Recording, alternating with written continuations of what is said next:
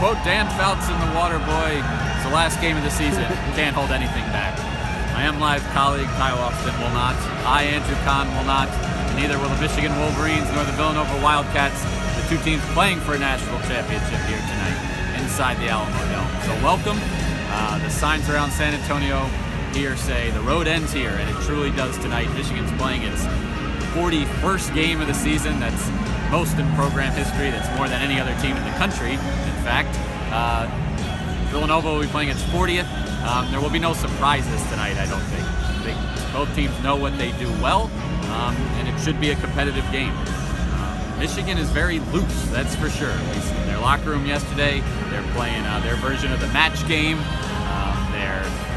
Some players were taking the mic to play reporter. It was a very, it was not the team, a tight team that you would have thought it might be heading into a national championship. Villanova, on the other hand, they've been here before. What were you seeing from their locker? Well, I think they look like a team that's been here before, to steal a phrase a little bit. They're relaxed. They look like a team that's gone through this process before. Three of their starters are juniors. They're on the national title team from 2 years ago. Maybe not key guys, but they're guys that know what this weekend is like. They know what the preparation is like.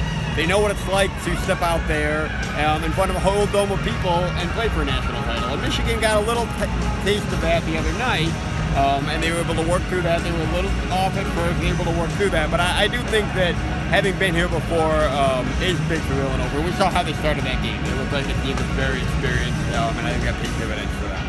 Yeah, Villanova's a 7-point favorite from the Vegas odds makers. I did a quick scan of some national websites, and there's a lot of blue V's and not too many maize M's next to their names, which makes sense. The way Villanova played Saturday night here, I think plays into that a little bit, but they've only lost 4 games all season. They are a juggernaut really on both ends. There's no clear weaknesses on this team.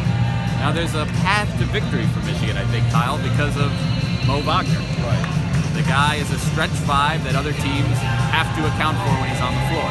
Now Villanova has 5 shooters as well, but again, Michigan plays like it did against Purdue in the Big Ten tournament. Certainly against Texas A&M here in this NCAA tournament. I think they definitely win. I don't think they have to play out of their minds to win this game.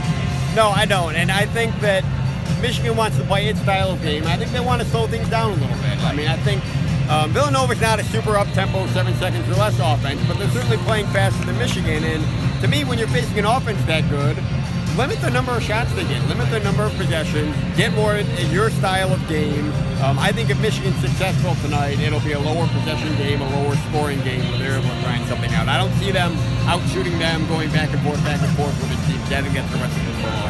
I think that's a great point, but I think that puts even more emphasis on each of those possessions. Yes. So defensively for Michigan, you got to limit the 3-point shot. We've been saying this all tournament. It's the modern basketball game, but Villanova in particular shoots a ton of threes, makes a large percentage of them. Michigan all season has hung its hat on limiting 3-point shots. It's running teams off the line, but it's not getting beat to begin with, so you're in scramble mode. And can Xavier Simpson contain Jalen Brunson enough that he's not directing the show and getting everybody else involved? On the other end, Michigan has to simply, make the open shots. I think felt like we said this against Loyola, sort of play your game. For 30 minutes of that game, honestly, they really didn't. They struggled, they missed a lot of shots, and then that big run, got them going. Can they carry that momentum into Monday night here? If they can, I think they can hang around. And then it might come down to foul shooting, which is a Achilles heel for Michigan. Again, I don't think they need to make 100%, but the 65% they've been shooting in a couple games during this tournament run probably isn't going to cut it. I keep getting back to my pre-Final Four thoughts. We were discussing this. Michigan and Loyola were similar teams, but Michigan had slightly better athletes, a little more talent, and just ran that system a little more efficiently. The same can probably be said of Villanova against Michigan. So I'm going to start with you. What do you think? Do you have a prediction for tonight's game? I guess I'll put my villain hat on a little bit, and I think Villanova is going to win by double digits here. I think Michigan can hang with them a little bit. I certainly wouldn't be shocked if they win, but I just look at what Villanova's been able to do offensively, win every game by double digits, and I think they're going to be capable of doing that again tonight. So I would say Villanova 75, Michigan 64. That would be, more points than Michigan has allowed, certainly in this NCAA tournament. But they're playing the #1 offense, not just in the country this year, but honestly, I think in the Ken Pomeroy era of charting these things.